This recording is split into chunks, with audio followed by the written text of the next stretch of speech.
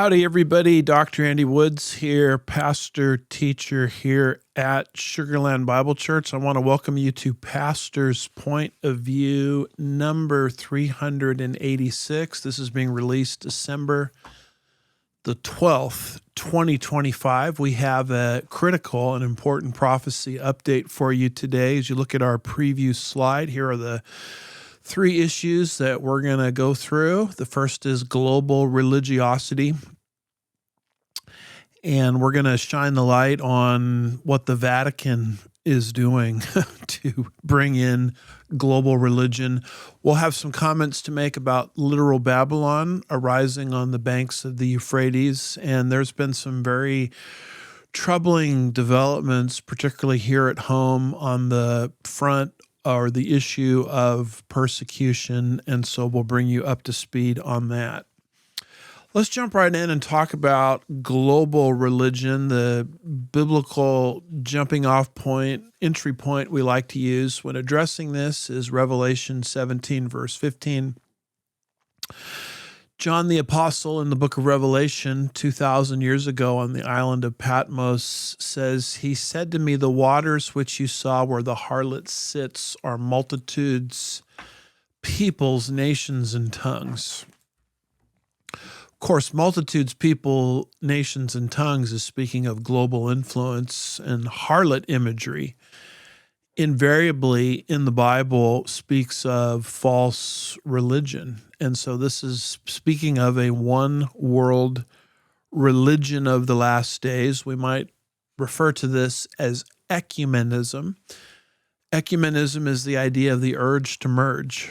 It's the idea that we're going to take all religions of the world and we're going to kind of unite them in a common tapestry. And we see that among other prophetic developments, that global religious development developing at an exponential pace. And notice this particular article from Vatican News. This one is dated November the 29th, I believe it is, 2025. And the title of it is "Looking to Jerusalem and Jubilee of 2033. Pope Leo highlights the path of unity." And I bring this up because the next couple of articles relate to this particular pope, this new pope, Pope Leo, which, you know, when he first was installed, everyone said he's going to be fine. He's not a radical like the former pope, who was basically a liberation theologian. And I'm here to tell you that this pope is really no different than any other pope, in the sense that he is being used by Satan to put a Christian veneer, a Christian happy face, so to speak, on the New World Order, and he is being used to promote global religiosity. Notice what this article says. It says, the commemoration of the 1,700th anniversary of the Ecumenical Council on Saturday, with a private ecumenical encounter at the Syriac Orthodox Church in Istanbul. It says, joining Pope Leo XIV and Ecumenical Patriarch Bartholomew I were representatives from Eastern Orthodox churches, the Oriental Orthodox churches, and other Christian world communions and ecumenical organizations, including the Anglican Communion, the Lutheran World Federation, the Baptist World Alliance, the World Evangelical Alliance, and the World Council of Churches. Boy, what a crowd that is. Hey, let's all get together. Let's forget our differences. Let's hold hands and let's bring in global religion. That's what was happening there in Istanbul recently under the leadership of this particular pope. Pope Leo, and here's what he emphasized at this meeting, went on to emphasize the primacy of the evangelization and the proclamation of the kerygma, The proclamation of the good news while recalling the division among Christians is an obstacle to the witness we bear. So the only real sin that you can commit in this kind of union is to hold to your doctrinal or denominational or biblical distinctives. We got to water all of those down, and we got to all come together as one. And only then will the world see the witness of Jesus Christ. That's what this Pope was trying to do there in Istanbul recently. He invited everyone to journey together on the spiritual path leading to the Jubilee of Redemption in the 2000th anniversary of Jesus' passion, death, and resurrection in the year 2033. With a view towards returning to Jerusalem to the upper room where Jesus washed the feet of his disciples at the Last Supper and later at Pentecost sent the Holy Spirit upon them. It is a journey that leads to the full unity, the Pope said, recalling his own model. And here he cites a Latin phrase which translated means, in the one, we are one. So you notice the whole emphasis of this gathering. It's unity, unity, unity.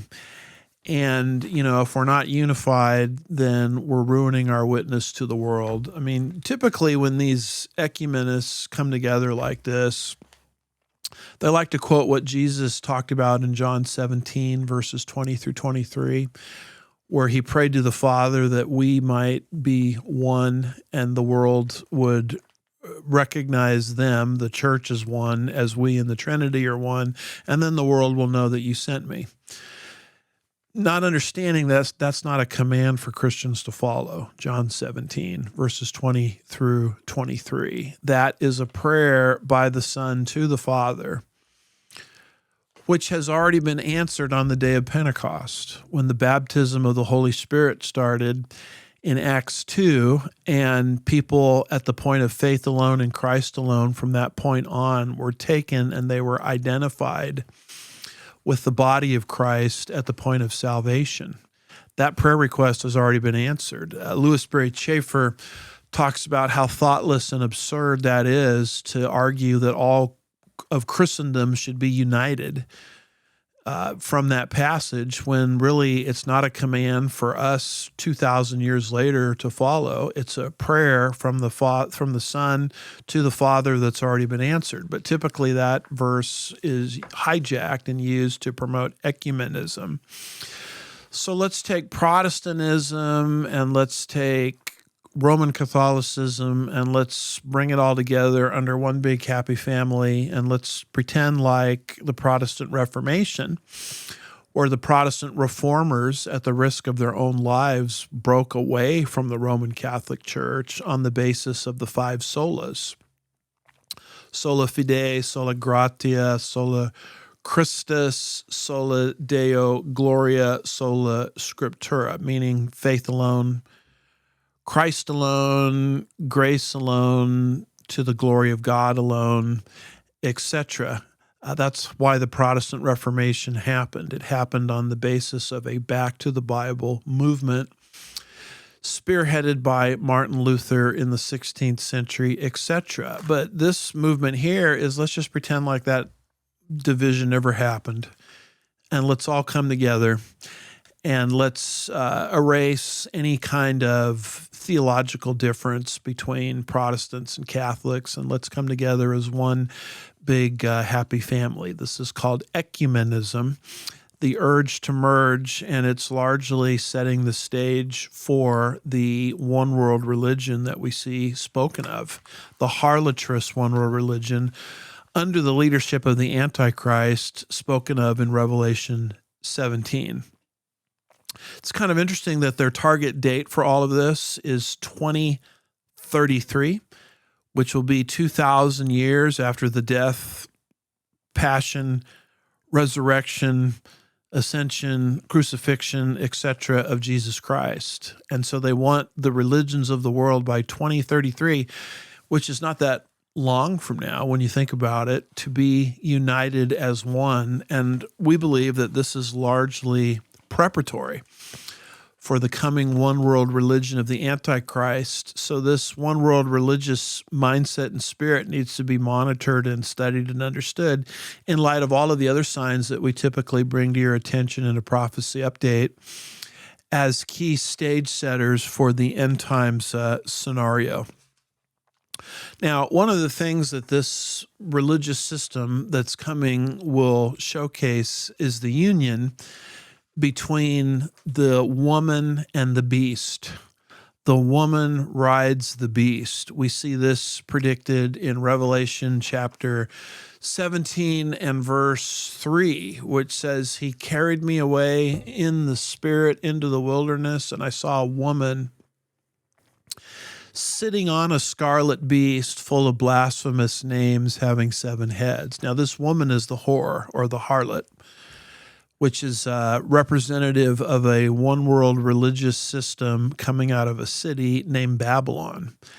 And you'll notice that that religion is going to be influencing the kingdom of the Antichrist because it's the woman riding the beast. And so what you see in this end-time picture is the merger of harlotrous false religion and the political empire of the Antichrist. You know, it's interesting that when you study Revelation 13, it keeps saying over and over again, they worshiped the beast, they worshiped the image of the beast, they worshiped Satan who gave power to the beast. And so it's very difficult to understand this coming new world order of the Antichrist, this coming one world system, without understanding the religious component. So that's why on the screen you see a picture of that prophecy, an artist's rendition of it as the woman, false religion, riding the political system of the beast, meaning that the so-called separation between church and state that liberals used to always talk about, that will start to evaporate. That will start to disintegrate as we get closer to the end of the age. And the New World Order that's coming is a 3-legged stool. You have to have all 3 legs or the stool falls over. It's got to have all 3 components. There's an economic New World Order component to it. There is a political New World Order component to it.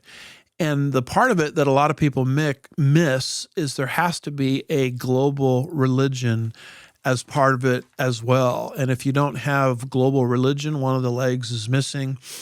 And you can have one world economics and you could have one world politics, but if you don't have one world religion, then the New World Order can't exist any more than a 2-legged stool can stand up. And I believe that the papacy is the tool that is currently being used to bring in sort of a spiritual happy face, a spiritual veneer to this coming New World Order, making the New World Order look kind of spiritual, making it look kind of Christian.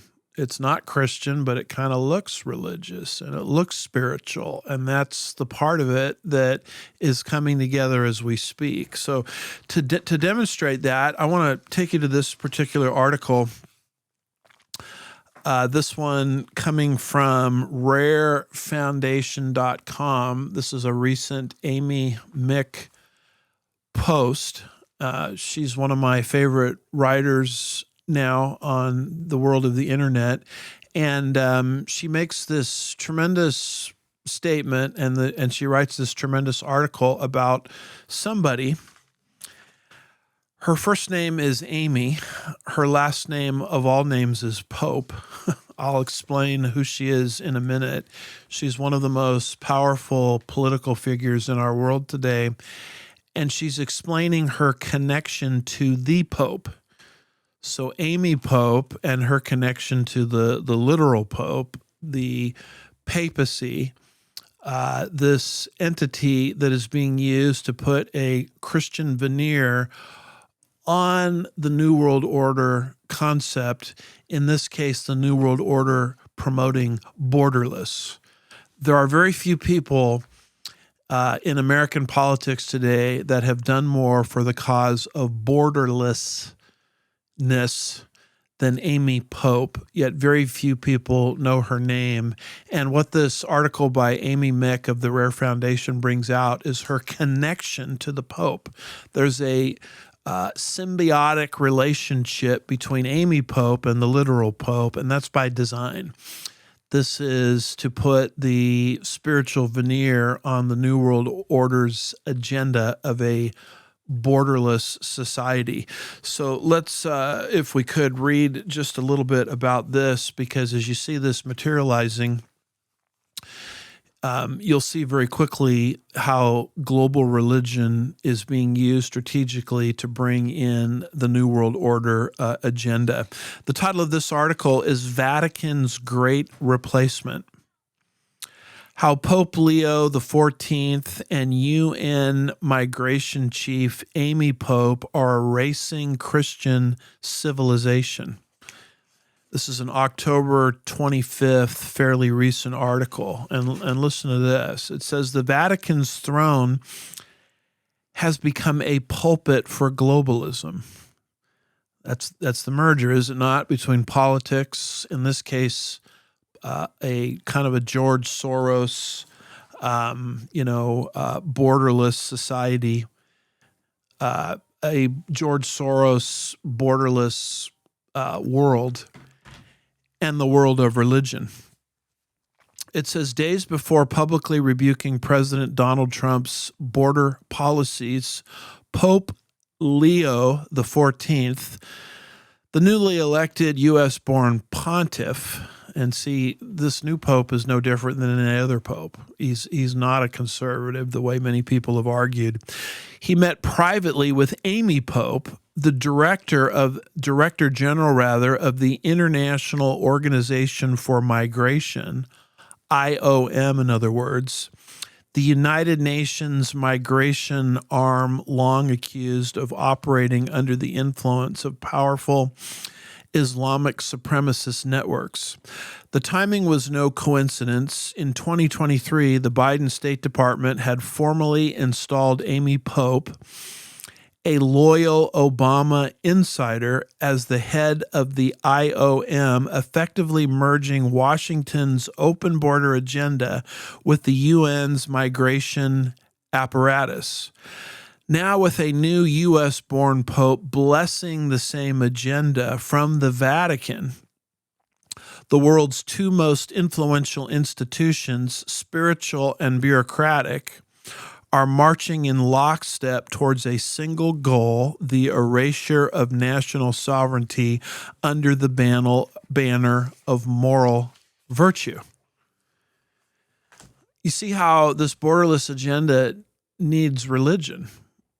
They need people to think that, you know what, this idea of open borders, that's really something Christian. That's really something spiritual.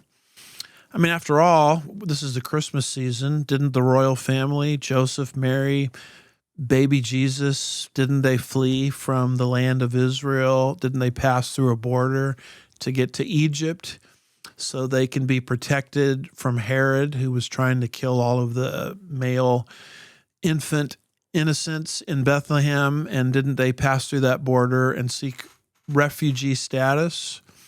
And didn't they stay in Egypt until Herod had passed away?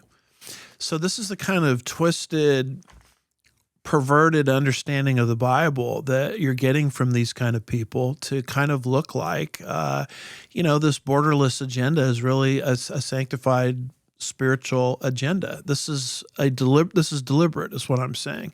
This merger between the bureaucratic and the spiritual. The article goes on and it says, behind the scenes, the Obama White House, through its Homeland Security Council, where Amy Pope served as deputy, oversaw the national security analysts' call for a purge of counterterrorism training materials. Hundreds of FBI, Pentagon, and intelligence community documents were stripped of any reference to Islam, jihad, or Muslim extremism after lobbying from Islamist pressure groups such as CARE and ISNA. Now, at the time of this recording, as of last week, we just had a horrible shooting of, what was it, two members of the National Guard. They were shot by somebody that said the Islamic phrase, I think it's Allah Akbar, Allah is greatest. And I think one of them is in critical condition. I think the other one is now dead, been confirmed dead. But isn't it interesting that in this obvious Islamic attack against these two National Guard members, that none of the news people are calling this an Islamic attack?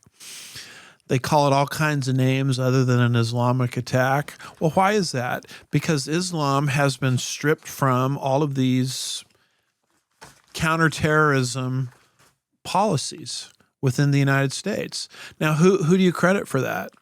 I mean, who purged Islam from all of these, kind of counterterrorism policies and manuals? Well, according to this article, you can thank Amy Pope for this. That's why Amy Pope is one of the most powerful people in politics, but very few people know her name because she is a IOM bureaucrat working behind the scenes, and she is a globalist to the core. The article says on the campaign trail, Pope promised to focus on climate change, data-driven migration systems, and public-private sector partnerships, PPPs in other words, a blueprint straight from the Davos playbook of technocratic globalism. I mean, she's borderless. She's a Davos product. She is Klaus Schwab indoctrinated, and she has worked across multiple administrations, Obama, Biden, in order to bring in sort of this George Soros borderless society, which is a key component to the New World Order. And notice that she hitched her wagon, Amy Pope, to the literal Pope. She's got to have the literal Pope on her side to give spiritual sanctification to this borderless agenda, to make people look like, this borderless agenda really is spiritual. It's what Paul talked about in the end times. 2 Timothy 3, I believe it is, where people would have a form of godliness but would deny the power therein. That's what's being constructed here through the papacy, the Vatican, and through Amy Pope, according to this article by Amy Mick. Together, Pope Leo and Amy Pope, the article says, are advancing a single agenda, the sanctification of borderlessness. What the IOM builds with bureaucracy, the Vatican, now blesses with theology, and the result is a coordinated moral and political assault on the sovereignty of Christian nations. We've got to tear down the United States as an independent and sovereign country, and we're going to do it through purging our policy manuals of the concept of Islamic terror. And we're also going to do it through a borderless society, and we're going to get the Pope to help us in this endeavor. This is the foundation of the woman, the harlot, riding the beast, the political system, as spoken of in the book of Revelation. Is this the final form of it? No, but it's clearly there in seed form. And expect this unholy union between religion and politics to increase as we get closer and closer to the end time scenario. The more the New World Order comes into existence, the more you can expect the papacy, the Vatican, Pope Leo, or whoever to act like the New World Order agenda of a kind of a transnational form of government that supersedes sovereign nations, and those nations, once sovereign, now have porous borders. Expect the papacy and the Pope to try to argue that this is somehow Christian for this to happen. This is part of that three-legged stool. The article goes on and it says that the October 2nd meeting set the tone for Pope Leo XIV's weekend sermon, where he scolded the West for its coldness towards migrants and called mass migration a new missionary age. In reality, it was the rollout of a coordinated campaign to sanctify, that's spiritual language, isn't it? Open borders, using the church's moral authority to advance a political agenda that undermines national sovereignty across the Christian world. The article goes on and it says, after her Vatican audience, Amy Pope bragged to Vatican News that the church brings, quote, moral authority to uphold migrants' rights and can help to integrate communities worldwide, close quote. Translation, the UN borders architects now have the Catholic Church serving as their spiritual cover and community mobilization arm. So when Pope Leo attacked President Trump's border policies, a few days later, it wasn't a spontaneous act of moral concern. It was message coordination.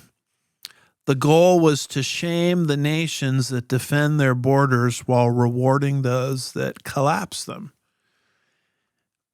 She's enlisting the help of the papacy, the Vatican, to promote a borderless agenda. It's the merger of false religion and the political system of the Antichrist. It's exactly what the book of Revelation said was coming in the end times.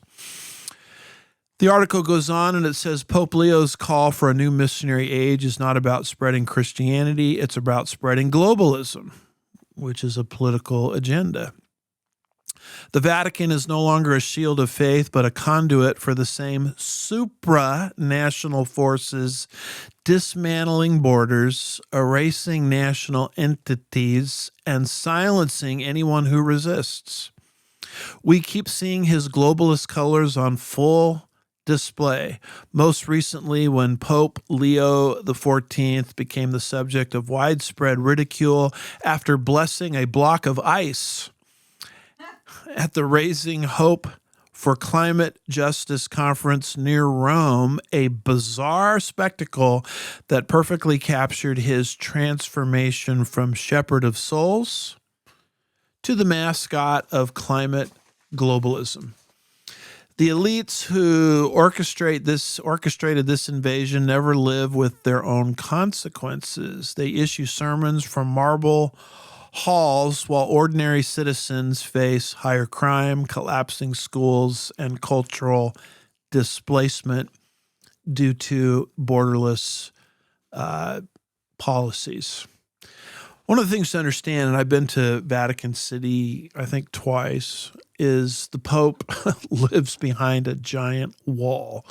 He is one of the most protected people in the world. And here he is from behind this protective wall, trying to give a spiritual happy face or a spiritual veneer or some kind of perverted biblical interpretation to a borderless America, a borderless world. It's the absolute height of hypocrisy. The article says a coordinated betrayal of Christian nations under the banner of compassion. The Vatican's continued alliance with the IOM exposes their longstanding war on Western sovereignty, one where spiritual authority is weaponized to disarm resistance. The IOM, under Amy Pope's direction, has become the UN's enforcement arm for borders, and the Vatican, under Pope Leo XIV, and his blessing of its mission with a spiritual cover. And so I appreciate very much this article because it brings out something most people know very little about. Most people know very little about who Amy Pope is and her influence on borderless New World Order policies. And most people know very, very little about the merger between Amy Pope and the actual literal Pope and how she needs the literal pope to give a spiritual veneer to the New World Order. So as I said before, look for this kind of thing to increase as we get closer to the end of the age. Let's switch topics if we can, and let's talk a little bit about literal Babylon. Notice, if you will, Revelation 17 and verse 18. It talks about this harlot that we've been speaking of, which is a false religion. But that false religion comes from somewhere. It comes from a city. And that verse says, very end of Revelation 17, the woman, that's the harlot we've been speaking of, whom you saw is the great city. That's, by the way, the Greek word polis, where we get the word metropolis from, a literal city, which reigns over the kings of the earth. Notice this comment from Bollinger. We reference this frequently. He says, God on this verse or this passage or chapter says the harlot is a city. He does not say a system or a religion, but a city. So it is a religious system, but it comes from a particular city. And that city is the literal city of Babylon. This harlot is called Babylon the Great. And if you look at our map here, as one of the things we like to point out, the name Babylon is mentioned in the Bible 300 times, and it's a technical word. It always refers to the literal city of Babylon in modern-day Iraq on the banks of the Euphrates River. Now, I know there's a lot of people that will disagree with my interpretation here. They focus on the religious aspect exclusively. I believe it's religious. I just got finished explaining why the woman riding the beast is the religious influence of the Babylonian religious system upon the politics of the Antichrist. It clearly is a religious system, but it is a religious system that comes from an actual city. I have a book on the subject. It's called Babylon, The Bookends of Prophetic History. And if you have issues with this being literal Babylon as the headquarters of this religious system, I would encourage you to get that book and take a look at it. It will set forth the case, and it tries to answer all the arguments against it being an actual literal city on the banks of the Euphrates. So any type of sort of political or economic movement in the city of Babylon then becomes prophetically significant. So notice this particular article. This comes from the Al-Fah Port.gov, and this is November the 21st, 2025, and it says Ports Authority announces full completion of the new navigation channel, one of the major projects of the Al-Fah Grand Port. Now, we've mentioned this before, but this project is continuing at a very rapid pace. It's close to conclusion, and I want to bring you up to speed on it. The article says, Director General of the General Company for Ports of Iraq announced the full completion of excavation works for the new navigation channel, one of the 5 key infrastructure projects of the Al-Fah Grand Port. The Director General stated that the channel has reached 100% completion rate, with a final depth of 19.8 meters, extending a distance of 23 kilometers and a width of 200 meters. It constitutes a vital part of the Abdullah Waterway. This project forms part of the government's broader plans to strengthen Iraq's port capabilities and facilitate, listen to this, the large movement, or the movement, I should say, of large vessels, thereby contributing to enhanced trade exchange and improve logistical efficiency, particularly in anticipation of the imminent operation of the Al-Fah Al-Fah Grand Port. Now, we have a map that we have used before showing you what this port system is. It's a canal. There's a dry canal route, an international route connecting the Persian Gulf, as you could say, to Turkey. And look at where that canal system passes right through. It passes right next to Baghdad, which is about 58 miles south of the literal city of Babylon. Maybe I said that wrong. I think Babylon is 58 miles south of Baghdad. But at any rate, as it passes through Baghdad, it enriches Babylon, the literal city of Babylon.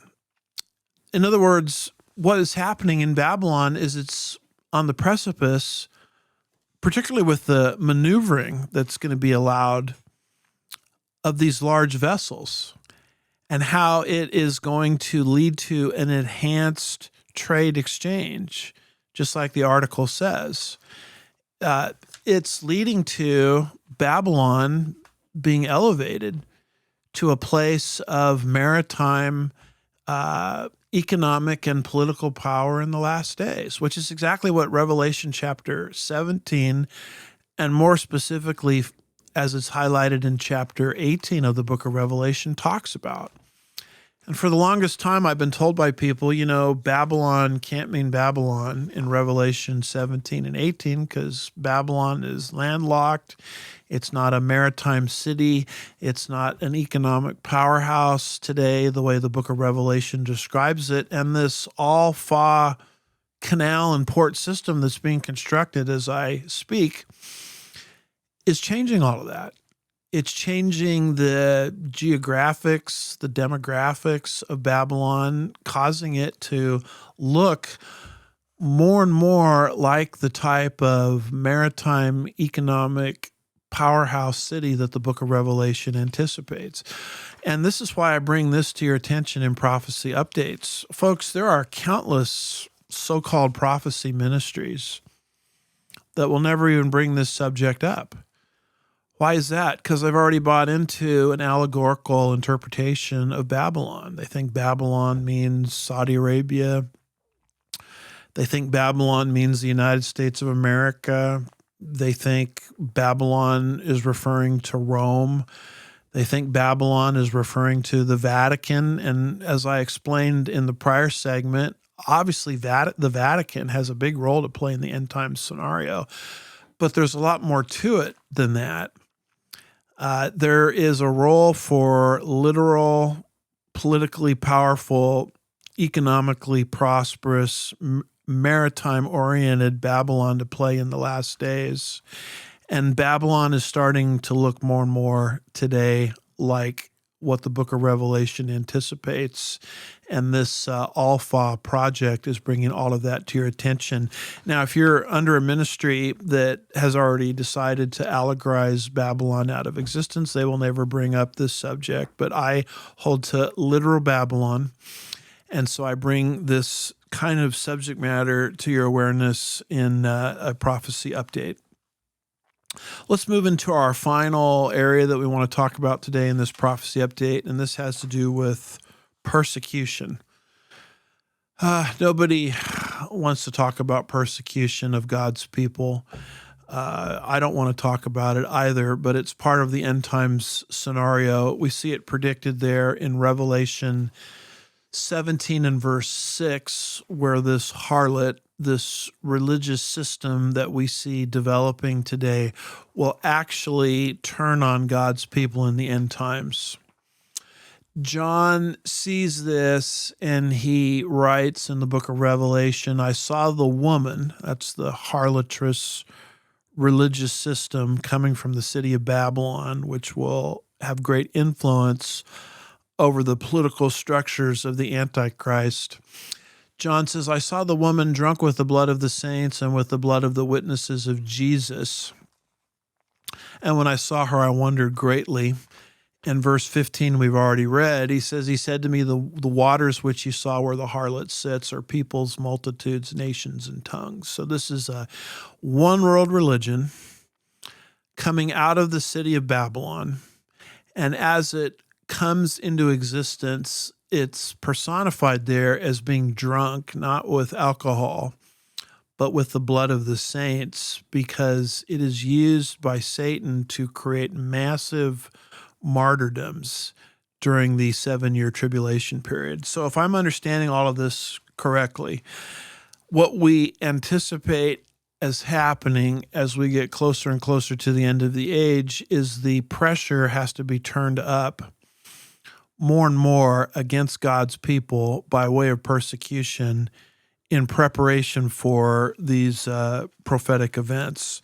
So is the persecution temperature decreasing or increasing in the United States of America? I believe the Trump administration to some extent has been kind of a reprieve for us in that respect, but all it takes is one bad election for a progressive or liberal or leftist president to return to the presidency and to lead tremendous persecution against God's people. In fact, there are many elements within American society that perhaps a little bit under the radar are already persecuting God's people. Sometimes it happens with municipalities and localities in the individual state governments, particularly of our more bluer states. Notice this particular article from the aclj.org. The title of this is "A City Unconstitutionally Targets Churches," and it's dealing with a case called Baca, the city of, North Glen, Colorado. What's happening out there? It says, for more than 4 years, 3 local churches in Colorado peacefully gathered every Tuesday and Thursday at a public park to do what Scripture commands: worship, pray, study Scripture, share meals and fellowship. And they've been doing this, as the article says, for 4 years. They exercise their constitutionally protected right to freely practice their faith in a traditional public forum, a right that has been guaranteed to American citizens since our nation's founding. Then, the city of North Glen decided their religious exercise was a problem, going so far as to criminally, these people are being criminalized, criminally citing the pastors for exercising their constitutionally protected rights to religion, speech, and assembly. This case represents yet another disturbing example of government hostility towards religious expression. And I'm thankful for the ACLJ's, intervention on behalf of these Christian pastors here. But is it not a stunning thing when you look at American history? You look at how a city or a town used to be constructed. The most important part of that city or town was the church. That was sort of the hub. That was kind of the meeting place. You might have seen the movie Hoosiers, where they had their big meetings related to school boards and should a coach be hired or fired. They had them at a church, and people got up from behind the pulpit, as portrayed in that movie, speaking on behalf of local affairs, city affairs. I mean, the church used to be the center of a town, and now we're to the point in American society where pastors are being criminalized for trying to have church in certain public areas. So my point is the tide is turning. The culture is turning against Christians and Christianity, even here in the late, great United States of America.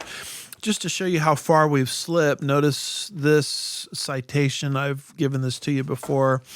This is from Justice David Josiah Brewer in a case called the Church of the Holy Trinity versus the United States. He was speaking for a unanimous Supreme Court. And this case, as I've explained before, had to do with a immigration law. and how a pastor was hired from across the Atlantic to come to New York to serve as pastor, and that arrangement ran afoul of an immigration law of the time. And the Supreme Court said, well, the intention of that immigration law could not have been to discriminate against a pastor. That could not have been the legislature's intent, because America is a Christian nation, after all, and no one could ever contemplate a law inhibiting a pastor from being employed or doing his job.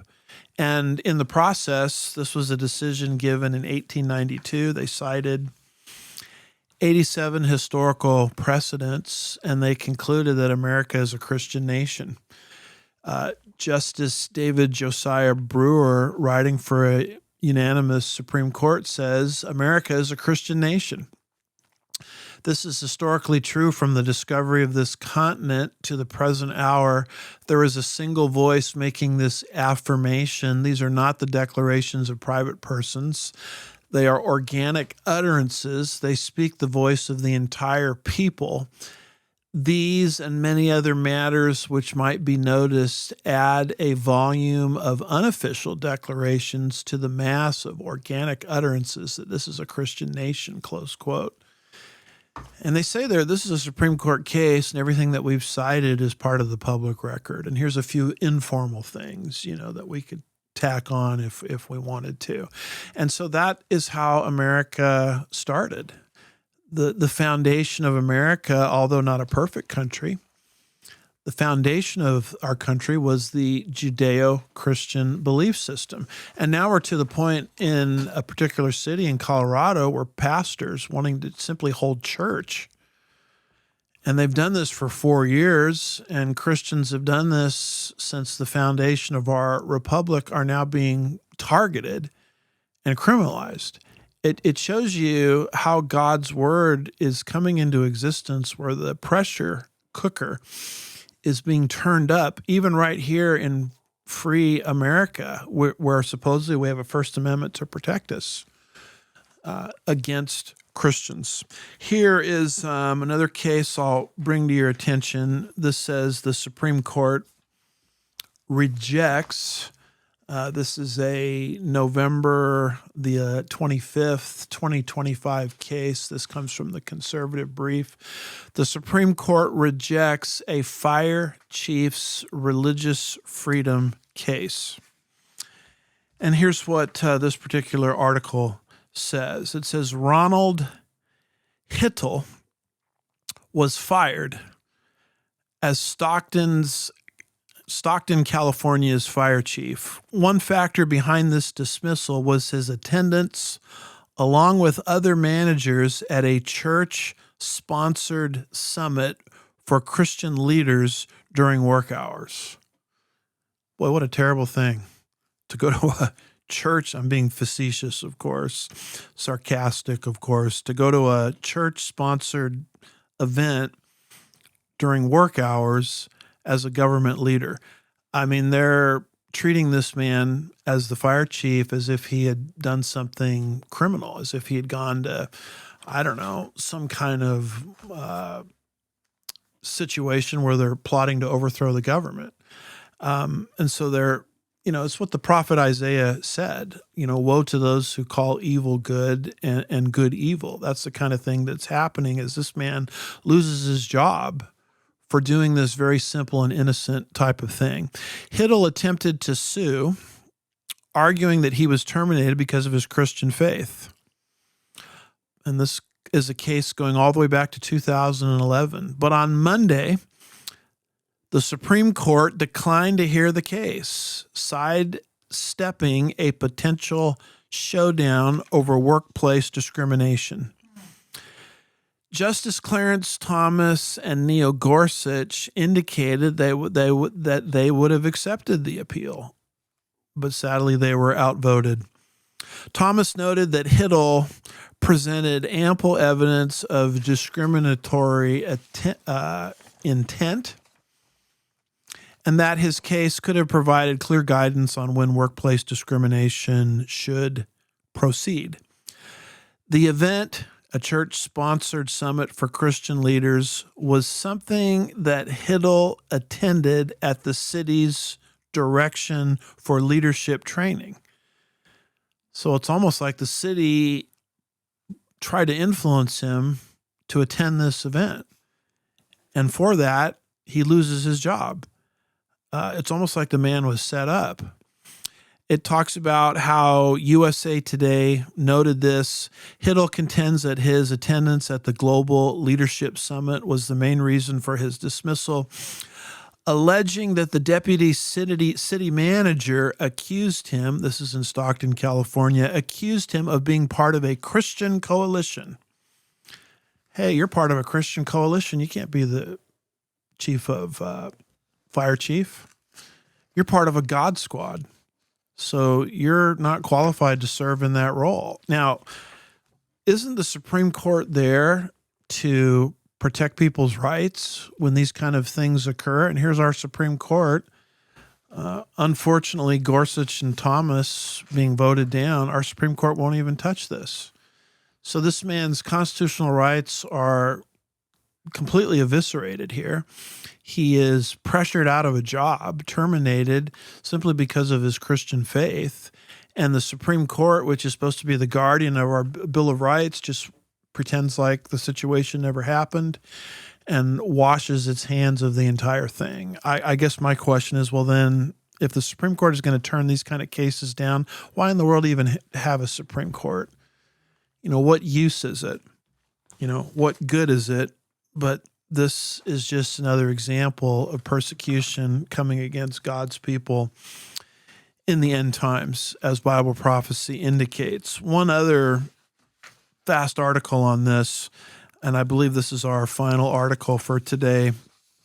This one coming from The Hill, and it's dated November 19th, 2025, and it says a judge tells Texas schools to temporarily remove 10 Commandments posters.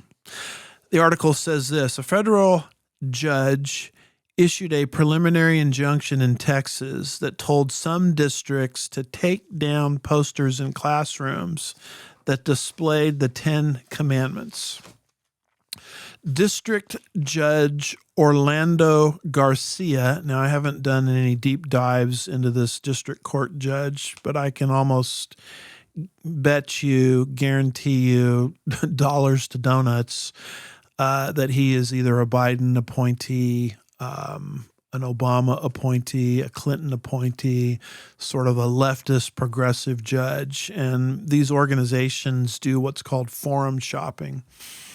They try to find the judge with the most leftist views and bring their cases to establish nationwide precedents based on that practice. But anyway, the judge who issued this ruling is District Judge Orlando Garcia, ruled the Texas law, now this is a law, Texas law, mandating the poster in every public school classroom violates the Establishment Clause, and ordered certain districts to take down the displays by December the 1st.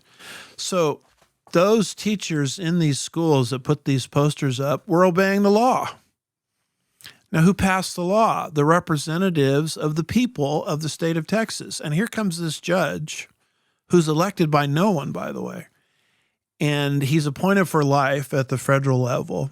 He's insulated from the electorate. He comes along and he basically says the state of Texas, the representative form of government that Texas has, in passing this law, telling teachers to put up posters of the 10 Commandments, the whole state of Texas and the people that elected those representatives are all wrong. So he overrules what the people and the people's representatives wanted as an unelected official. And we can't vote against this Orlando L. Garcia fellow because he, at the district federal court level, is appointed for life. So this is the example of an oligarchy where you're ruled by a small number of people who aren't accountable to the people. That's in essence what happened here. And he bases his ruling on what? The Establishment Clause of the First Amendment. What is that? Well, the First Amendment to the United States Constitution has two parts. One part is called the Free Exercise Clause. The Free Exercise Clause says that the government can't interfere with religious practices, but the other side of it is the Establishment Clause, which says the government can't establish a religion. Now, when the Establishment Clause says the government can't establish a religion, what it meant originally is the federal government can't establish a denomination. Because look up religion in an 18th century dictionary when our Constitution was formed, and you'll see that religion and denomination are synonyms. In other words, our founding fathers didn't want this to be a Methodist country, a Baptist country, a Presbyterian country, a Lutheran country, an Episcopalian country, but they had no intention whatsoever of banning from the public square, banning from public life, banning from public school classrooms the trans-denominational principles of Christianity that all denominations agree on, like the Ten Commandments, for example, as authoritative. And it's obvious that our founding fathers held this view because they're the ones that put chaplains in our Congress, House, Senate, military, etc. This is why they open sessions with prayer from clergy, etc. And what has happened over the course of time is the Establishment Clause has been warped, twisted, and perverted, just like the kingdom of the cults, by the way, twist the Bible. These liberal jurists, like this Garcia, twist the Establishment Clause and make it sound like the Establishment Clause is not a ban on denominationalism. It's a ban on Christendom or Christianity, which is the furthest thing from our founding fathers' minds. This understanding of American history that I have becomes obvious when you look at what's called the Old Satan Deluder Law, passed in 1642. I believe we have a screenshot of it. This was the origin of public schools in the United States of America. And here's what it says. It says, it being one chief project of that old deluder Satan to keep men from a knowledge of the scriptures as in former time, it is therefore ordered that after the Lord hath increased the settlement, that they shall appoint one within their town to teach all such children to read, that they shall set up grammar schools to instruct the youths. Now, this was passed 1642 in the state of Massachusetts. This is the beginning of public schools in the United States. Public schools in the United States were there to teach grammar, reading particularly, and writing, because we know that Satan wants to keep men ignorant of the scripture, and God has expressed himself in written form in the Bible. So therefore, we need to teach people to be able to read, to be able to write. We need to raise literacy standards so they can be educated in the Bible. This is where our whole system grew out of. And does anybody in their right mind think the people that passed that would create a constitution that banned the Ten Commandments from the public school classroom on the basis of the Establishment Clause? I mean, what a perverted understanding of American history. And yet very few people understand this part of American history. I think it was Karl Marx who said people who don't know their history are easily persuaded. And most lawyers, being a graduate of a ABA-approved law school myself, don't know this history. Because when you start studying Establishment Clause jurisprudence, the textbook we used in constitutional law started with the Everson case in 1947. And so most lawyers, their knowledge of the Establishment Clause only goes back as far as 1947.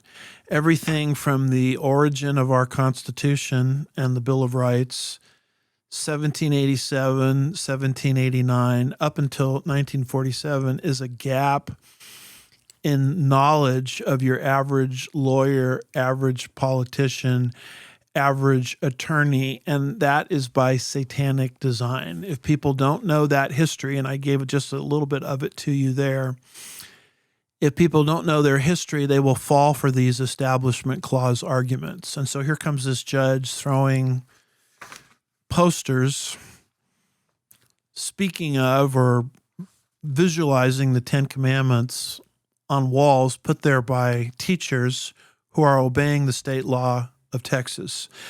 Here's how the article concludes. All Texas public school districts should heed the court's clear warning.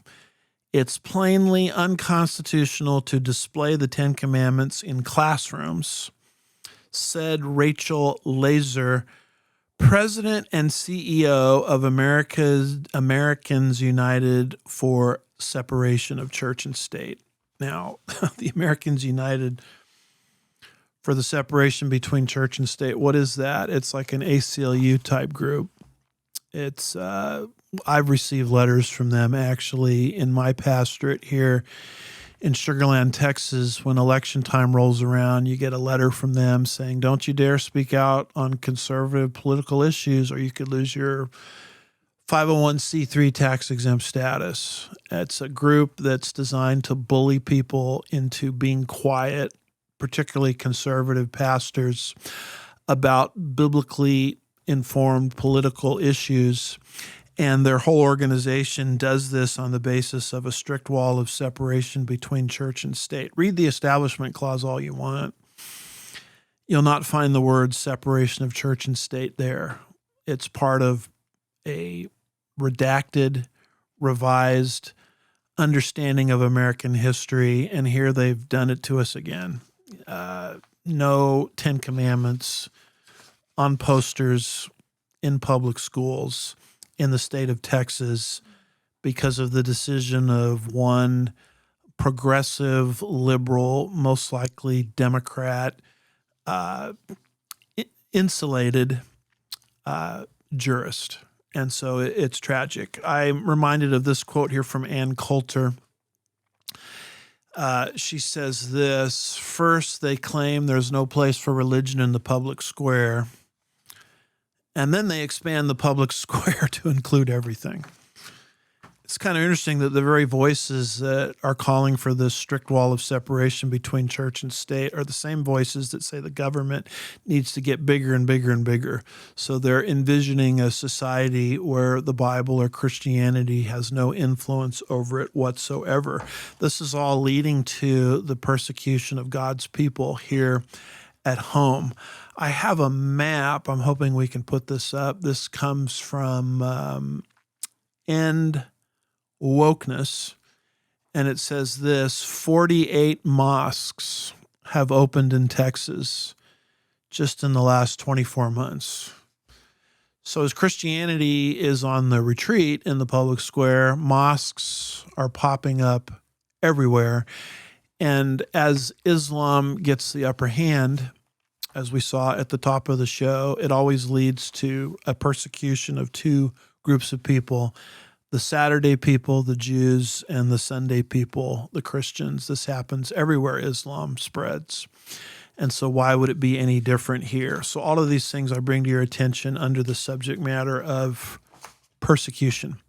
Well, that's it for our prophecy update for today. We've dealt with, looking at our review slide, global religion, the role of the papacy in that, both via ecumenism and sanctifying a George Soros borderless agenda, giving you a little bit of information on some movements within the literal city of Babylon, and we've seen persecution growing domestically as well. Of course, there's good news in this. Titus 2, verse 13 says, looking for the blessed hope and the appearing of the glory of our great God and Savior Jesus Christ. Against this dark backdrop is the promise of the any moment return of Jesus to rescue us from planet Earth before the wrath of God hits. And you can be tied into this promise and know Jesus personally simply by placing your personal trust or faith in what Jesus did for you 2,000 years ago. If you're trusting in that for your eternity and the safekeeping of your soul, then just like that, in a nanosecond, you become God's child and you're tied into his wonderful promises, not the least of which is this promise that before the wrath of God hits, and it's coming quick, we're going to be raptured and taken to heaven. A few infomercials as we wrap up. I hope you'll go to wherever it is you get your podcasts, type in Andy Woods Ministries into the search engine, and enjoy Pastor's Point of View in podcast format. Type in Andy Woods Ministries into the search engine in the App Store, download our free app, and catch all of our content that way. Go to andywoodsministries.org, catch our content that way. Sign up, as you can see on the homepage. Sign up for our free newsletter, and every time we post a Pastor's Point of View show, the notes that I read from will show up in your inbox, all for free, along with, in that newsletter, a lot of other important ministry updates here at Andy Woods Ministries. Maybe you have a Bible question and you can't really find anyone around you to answer it. Check out our new Ask Andy search engine. Just type your question into the question box. You can find this on our app. You can find this on our website. There's the website there where you can locate this, type in your question, and it essentially does a quick search of my sermons and will give you a very concise, readable answer and source it for you. Maybe you're thinking of seminary. Go to the seminary website that I'm the president of, chafer.edu, to learn more about that. While you're there, download in PDF format our most recent edition and issue of our journal. I think we have a screenshot of that. Also, go to profcon.com and sign up for our prophecy conference that's coming up February 20th and 21st. Great lineup. Come on out to Sugar Land, Texas, and be a part of that. And not long after that, we were going to have the March 14th, 2026 Stealing the Mind One Day Saturday Conference. There's some information on the screen where you can learn more about that to participate in Coeur d'Alene, Idaho, if you're looking for a prophecy conference on the East Coast. Go to comingsoonministries.com and learn about the Abraham to Armageddon Conference, August 1st in Gettysburg, Pennsylvania. You see the lineup there. And boy, would I love to meet you guys. One of the difficulties about doing this kind of ministry is I know we have a lot of supporters and people that pray for us out there and root for us, but I don't have a chance to meet you. So I'd love for you to join me on the compass.org Bible Lands tour. It goes September 24th through October 10th. Go to compass.org to learn more about that. And my book, The Bible and Your Vote, has been out for a little while. This will teach you how to vote, not based on partisan loyalty, but based on the Bible. Want to make you aware of that. That's all I have today for Pastor's Point of View. Thank you for watching. Thank you for listening. Thank you for caring. Thank you for sharing this ministry. And Lord willing, we will see you next time on Pastor's Point of View. God bless you.